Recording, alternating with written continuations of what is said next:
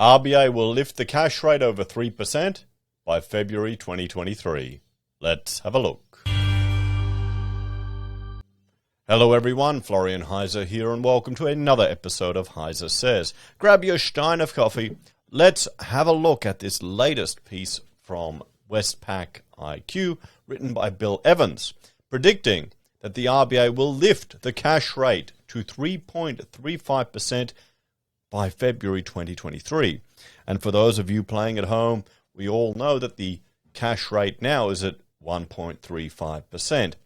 We haven't seen rates over 3% for many, many years. There are going to be a lot of people that have only been working and paying off their mortgage during times where rates have been, well, flat or going down for a long time. So let's have a look at this. So we've revised our terminal cash rate forecast in this tightening cycle to 3.35 from 2.6%. The RBA clearly assesses the neutral cash rate to be above our own assessment. They are likely to continue tightening aggressively given the fear of rising inflation expectations. So, we've revised our profile for the RBA cash rate cycle to include 50 basis point moves in both August and September, followed by a step down in the pace to 25 basis point increases at every meeting from October to February 2023. The terminal cash rate forecast has been revised up from 2.6% to 3.35%. Under this policy stance, economic growth is expected to slow to 1% in 2023. The unemployment rate to lift from 3% to 4.4% in 2023. We expect the bank to cut the cash rate by 100 basis points in 2024. So they're predicting we'll have a peak in 23 and then 1% down in 2024. Oh boy. This week we've received 3 very important communications from the Reserve Bank. These were the minutes of the July board meeting and the speeches by both Governor Lowe and Deputy Governor Bullock. 3 consistent themes run through these pieces. 1. The bank is committed to the concept of assessing the stance of monetary policy through the lens of the neutral rate. The bank's estimate of neutral is higher than our own. Now, look at this cash rate, guys. When have we ever been at the neutral rate? It's been so long. 2. The most significant challenge to returning inflation to the target range is containing inflation expectations and inflation psychology. Such is the emphasis on this issue that it is likely the bank will err on the side of containing these expectations, even at the risk of weighing more heavily on economic activity than might have been their preference under other circumstances. Uh-oh. I don't like the sound of that. I do not like the sound of that. A key area of interest, number 3, will be how households respond to higher interest rates. There are reasons to expect a degree of resilience, given a tight labour market supporting strong nominal income growth, a higher savings rate, and larger financial buffers in household balance sheets. Westpac's forecast for the peak in the terminal cash cycle has been 2.6%. What I suspect we'll see is some people encounter reality for the first time. For the first time, they'll actually have to make a budget. For the first time, they'll have to pay attention to where their finances are, and they'll have to have a look at what's going on. But we'll see. I think there was an article, I've lost it now, one I wanted to go through, where savings tips, where a mother was simply showing people how to budget and how to do shopping. So the minutes, the governor's speech, and the deputy governor's response in the Q&A session all point to the RBA assessing the neutral rate as being at least 2.5%. So if we're saying that is the 2.5%, we can have a look here. Well, what's that? Did we get it in 2015 back there? It's been a long time since we've been at the neutral rate. So does that mean we've been in exceptional circumstances since then? Since we've been below it? So they've artificially been juicing the market, perhaps. And if we even look back to, since the GFC, if you look back at our per capita growth, we've been below trend. And that's one definition of a depressed economy. Being in a depression is when prolonged below-trend growth. And on a per capita basis, that's where Australia's been for some time. The Governor and the minutes both note that there are a number of different approaches to the measure of neutral, but the Governor concludes that most approaches suggest that the neutral rate, real rate for Australia, is at least positive. Converting this neutral real rate into a nominal rate is trickier when inflation is volatile. Rather than current inflation, the adjustments should use medium to long-term inflation expectations. He currently assesses these as being at the target rate of 2.5, but points out that if inflation expectations were to lift, then the neutral rate estimate would also increase. The cash rate is currently 1.35%. We've been expecting the board to lift the rate to 1.85 at its August meeting. So we're looking at an increase of 2% to interest rates, to the cash rate, or technically 2% to the cash rate target by the RBA, predicted by Westpac. So let's play with some numbers. We'll bring over the Excel here, and let's play with a few numbers. Now, I went and had a look at Westpac, and we've got their rates. Basic variable right now is at 3.24%. You've got a 1 to 5 years, they're fixed rates. A 2-year fixed rate is at 5.49%. Now, put your hands up in the comments if you didn't trust the Reserve Bank governor when he said rates, the cash rate wouldn't increase, or the target wouldn't increase until 2024, and you fixed in at a much lower rate than that. I'm at 1.99. I was talking to, I think a neighbor got 1.89. Other viewers have left comments or sent me emails of just had they played one bank off another to get really good rates.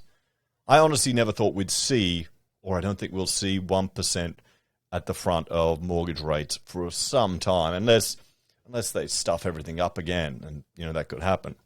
Then a variable with an offset is 4.54%. Okay, I just checked that today on the website. So let's put this number in here. Let's say, let's have a look at a new mortgage for 3.24%, 360 days at the Sydney, New South Wales rate. You're paying $3,500 or $3,416. That's $40,000 a year.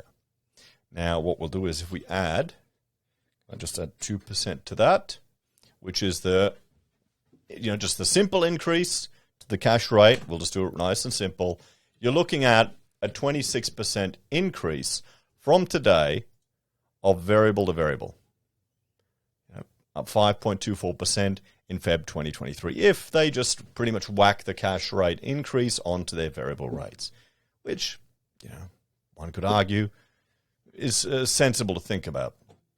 So what this is going to mean is that to borrow this much money now or in 2023 as opposed to now, it means you need to have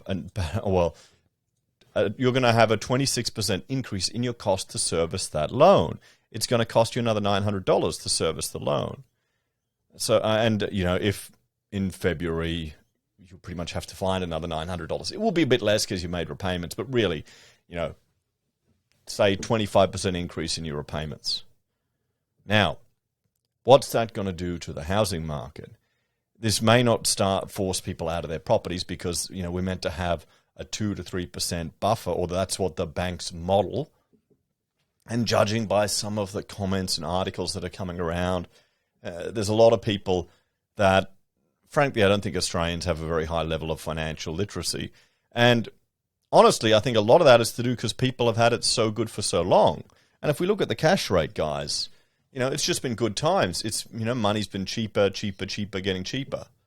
So, reality's going to hit. Now, let's have a look if you're playing this game. If you're going from 1.99, oh, wait a minute, what was that? 5.24, 1.99 to 5.24. You jump off your fixed mortgage. You've given up, you didn't trust Lowy.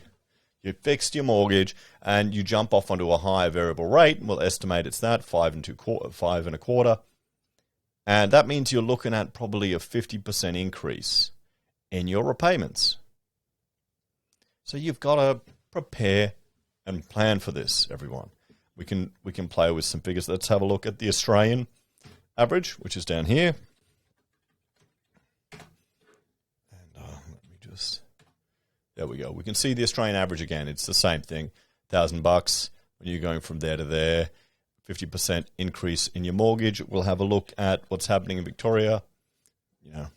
So in this scenario, you're looking at a 50% increase in your repayments.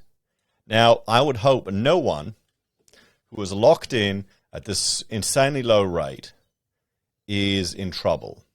I'd hope, particularly all the viewers that did it here, knew it was a once-in-a-lifetime opportunity and took it for other reasons. And you're either stacking cash, investing in something else, building up reserves, so you're ready for this. That's what we need to prepare for. But, well, let's have a talk about it. We've got time to prepare for this. Remember, we're going to see the sob stories and the articles appear from people that are scared and that are worried or that just haven't planned.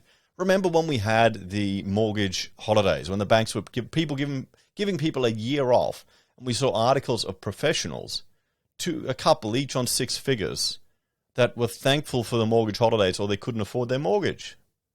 Now, honestly, that just tells me people are terrible at planning and are bad at organizing. So I'm hoping most people will be prepared and ready for this when it eventuates. There are going to be some people that are burned. There always are, but I'm hoping the majority will be okay. But that doesn't mean we won't have economic impacts for this. For many sectors, it's going to feel like a recession. And it probably will be a recession in certain sectors. I remember when the GFC came, and all the development projects started a few years after the GFC, I think it was when we started our practice, all the developer-driven architectural projects in Brisbane just died. And there were people getting laid off left, right, and centre. Firms were firing 50 people at a day, and we were flat out because we were doing mining sector work. We were really busy. We were growing. It was great. So I'd go to these events, and I'd be there'd all be these sad architects who were kind of, having to fire all their staff. And, what can you do? You can't really say, oh, yeah, we're going great. So with this interest rate increase, we'll see it manifest in the retail part of the economy, the discretionary spending, the things that people will cut. What do you reckon, everyone? Let me know your thoughts and opinions on this one. Thank you all for watching. Like, share, and subscribe to the channel. If you're a fan and enjoy the content I create here, there are a few ways you can help out. You can financially support us via YouTube or Patreon, use our referral links, buy our merch, or call us if you need an architect. Take care, guys. Have a great day, and I'll see you in that next episode of HeiseSays.